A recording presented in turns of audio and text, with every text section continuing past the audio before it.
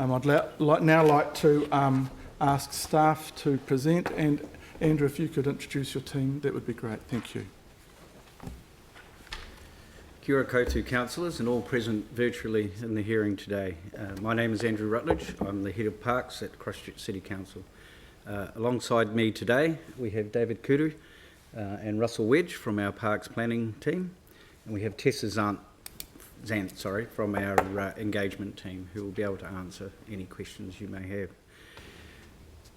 As a means of introduction, I would like to reiterate and outline the purpose of this hearing, which is to consider whether or not to grant a lease for a period of 33 years for the purpose of construction and operating of a community sports gymnasium, primarily for netball and futsal. Whilst the development of the scale clearly has implications for the current tenants of Ngā Punawai and the surrounding residents, it's important to note and understand that this is not a Resource Management Act hearing. As such, the decision to be considered is taken under the Reserves Act, and in particular section 54(1)(b), which is the powers to grant a lease for the purpose of recreation and sport.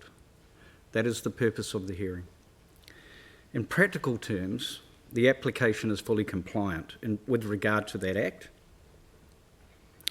The panel's decision is to determine whether or not to grant a piece of land, thereby generating exclusive use of that land for the purposes set out in the Netsal application. With regard to environmental impacts, of course, this is a challenge under any Reserves Act hearing, where it's very difficult to consider whether or not to grant a piece of land for a particular purpose without understanding the impacts of, or the benefits and the impacts of that decision that you need to make.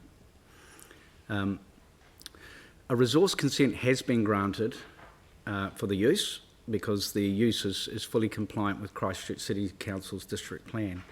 And the consent and all of its conditions are included in today's agenda, pages 19 to 42. So every little bit of detail is in the agenda document. One of those, I do want to talk about one of the key issues that's been raised, both through the resource consent and through the stakeholder feedback, and that is around the impact of traffic and other transport matters.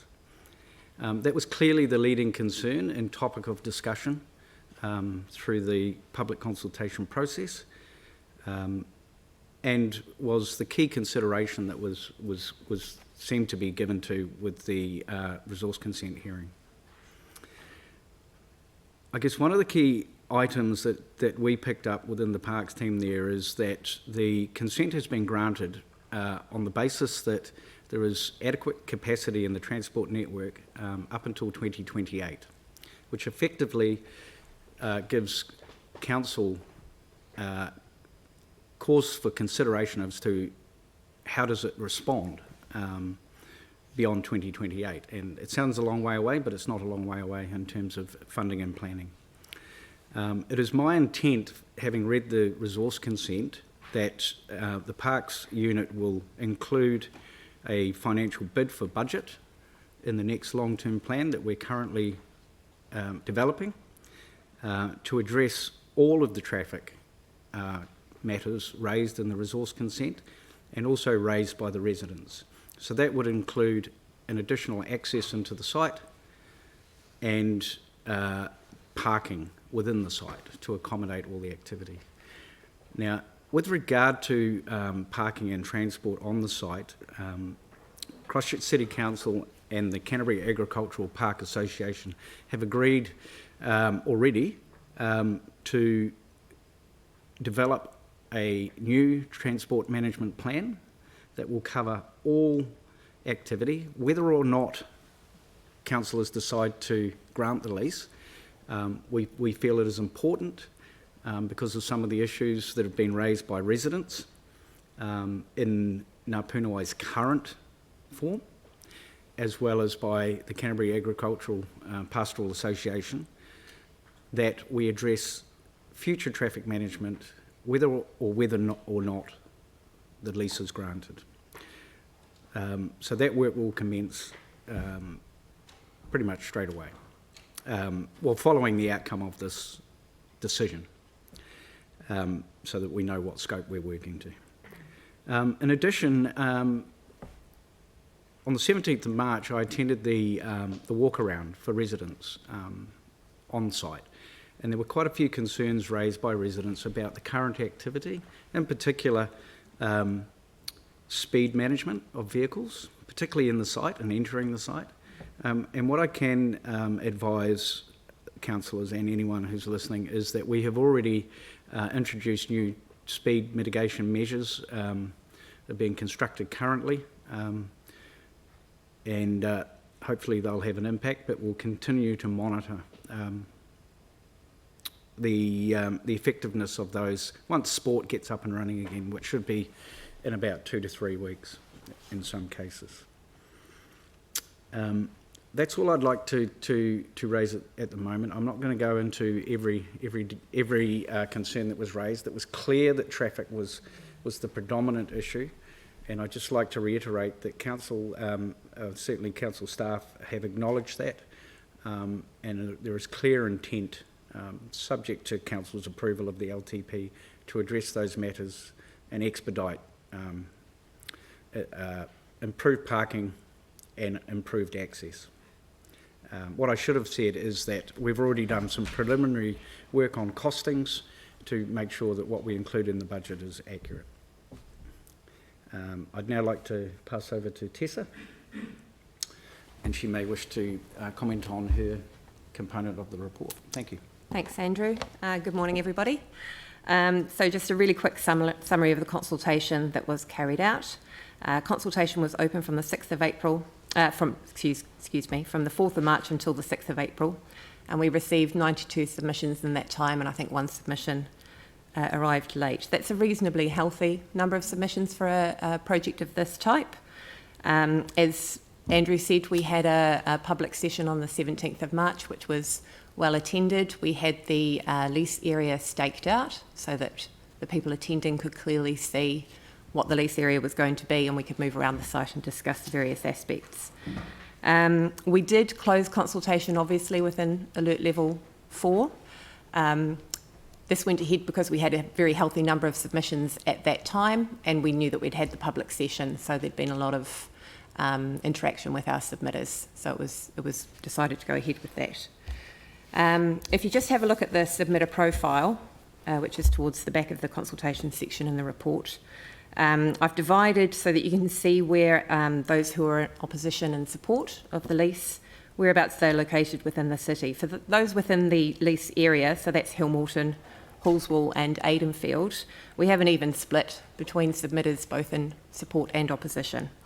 Those who live outside of the area, we see a sharp increase in the number who are in support of those, 2 of which lived outside of Christchurch, so predominantly people were submitting from within the Christchurch area. And then you can see our organisations as well, so 12 in support and 4 against. We were really fortunate with so much activity having gone on with the Sports Hub. We had really, really good engagement with immediate residents throughout that project. So we had a stakeholder database of over 300 people who were key stakeholders to that project and therefore probably interested in this lease as well. We had a really high subscription to an e-newsletter that went out, and we had media pick up on the consultation. So there was a really a good amount of contact with people who might potentially want to submit. The vast majority of submitters, 76%, were in support of having the lease go through. Of those who were in support, I've just lost where I am.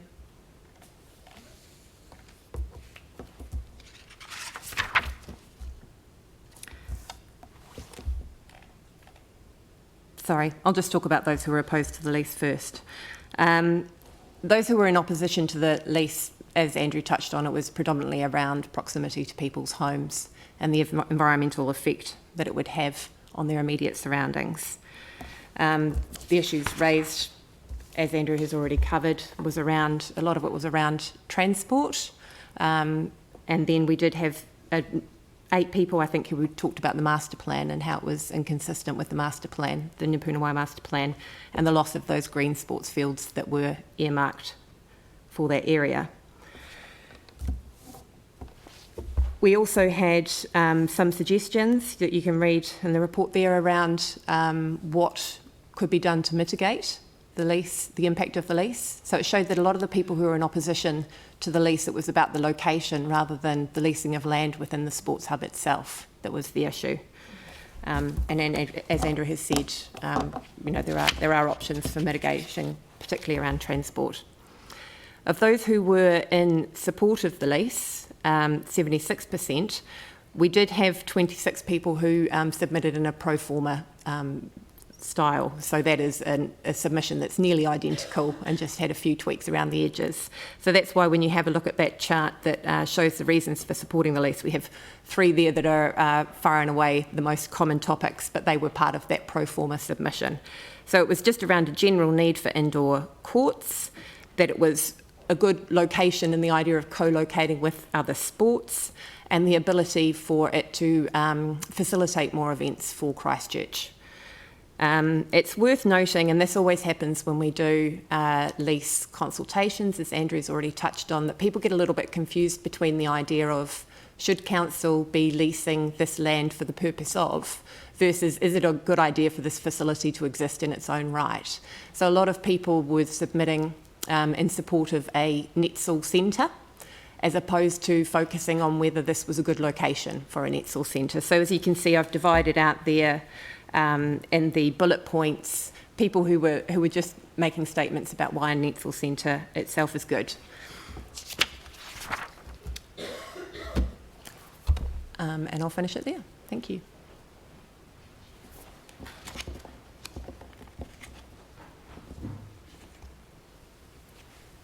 Andrew, any further?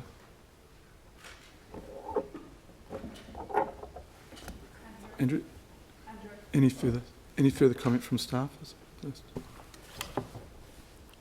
No. Melanie, do you have any questions? Yep. Thank you. Andrew, you mentioned the mitigation for the traffic calming. I was just wondering, could you explain more what that is? Sure. We've just done some work inside the site at the moment, installing speed humps, additional speed humps. I don't have the exact details, sorry, but I did talk to the person responsible this morning. They've been installed. They'll be painted tomorrow. So by the time sport kicks off, we'll be able to measure the impact of those and then introduce anything further if we need to.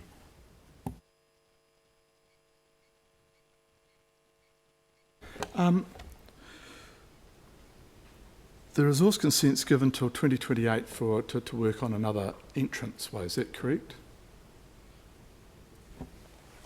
Yeah, I'm not sure if it's a specific clause that runs out in 2028. I think the resource consent, but Russell can correct me, acknowledges that the planned traffic volumes are likely to be exceeded by 2028, giving us a very clear indication that council, you know, for the sake of the entire property and all the activities, that council will need to invest further. So you've stated that you're already looking into that already, and it will be a priority bid. Is that correct for the long-term plan?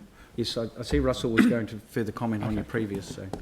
With the resource consent, so the resource consent condition allows the volume of traffic to reach a certain level, well, it's maximum level you might say, by the year 2028. After that, there is not well, basically the resource consent doesn't allow any further increases in traffic. So therefore, if there was no alternative means of entering or exit the site, they would be in breach of the resource consent. But ideally, I guess, you know, this is one of the key concerns of the submitters. So it'd be nice if we could kind of get ahead of it. So I guess from what I've heard, you've done some accurate pricing, and it will be on the list for the long-term plan. But will it be a priority or further up the list? Because there are, you know, we are in a financial challenging space. So I'm just trying to think ahead and ask questions or give some kind of clarity to those that are listening. Sure. It will be a priority for the Parks unit that the funding to address future traffic needs is at the front end of the plan. Obviously, it's up to councillors to debate that around the table. But I think one thing is very clear, that this is unavoidable. If Ngā Punawai is to carry on into the future, it will have to be addressed at some point in time. It's clearly a concern to residents. They are best placed to advise councillors on what's happening right now. What we heard when we went to the session on March 17th is they believe it's already an issue. From a consenting perspective, there is capacity, and that's been spelt out in the consent process. So there is an opportunity for council to, I guess, get ahead of the game, and it's the, without giving too many specifics, the costings involved are not from a council perspective in any way significant or substantial. They're very achievable. It is my intent to ensure that they're at the front end of the new long-term plan. Thank you. And following on from the traffic, parking issues, but you've said that you're already working in combination with the AMP show, and I'm presuming any parking mitigations that are worked in, excuse me, on that will also be mitigate the concerns of the four sporting bodies. Yes, they'll be part of the same traffic management plan that's developed, with the intent, obviously, for all the parking requirements generated by the activity. The intent will be to try to ensure that they are accommodated on the site, as opposed to in the surrounding neighbourhoods. Of course, we can't guarantee people won't just park up on the street and walk in, but that's the intent. Thank you. Any further questions, Mel? Construction vehicles was an issue for some people. What access points at the moment would vehicles involved with construction be able to use, and would, yeah? That's a good question. During the construction of the existing Ngā Punawai facilities, there were multiple entrances used. I'm not sure, the other guys might be able to advise me whether or not there are already conditions in place in the consent. But there was a construction entrance at McMahon Drive, and also Wigram Road were also used. I think as should it go ahead, as plans develop, it may be a requirement that we bring as many vehicles as possible through, not through Augustine, because it will, depending on the time of day, could have an impact on the use of Ngā Punawai. But the construction project itself, if it proceeds, will need its own traffic management plan. Yes. And that is where we will ensure that we minimise the impacts as much as possible. Yeah, I think there may be some further questions on that at the very end when we talk about maybe some recommendations from us, because I couldn't see in the resource consent any kind of restrictions on entrance. We did have one submitter, and I'm sure the AMP show would be on the same lines as riding for the disabled, that they would not want to, whilst they're supportive of the project, they would be prefer construction vehicles not going through the AMP show, because obviously it will affect what they're doing. So if you can just take that into consideration, that would be good at this point. Thank you. Any further? No, Mel's managed to ask both of the ones that were on my mind, so thank you. Well, look, what I'll do now, if I may, is there anything else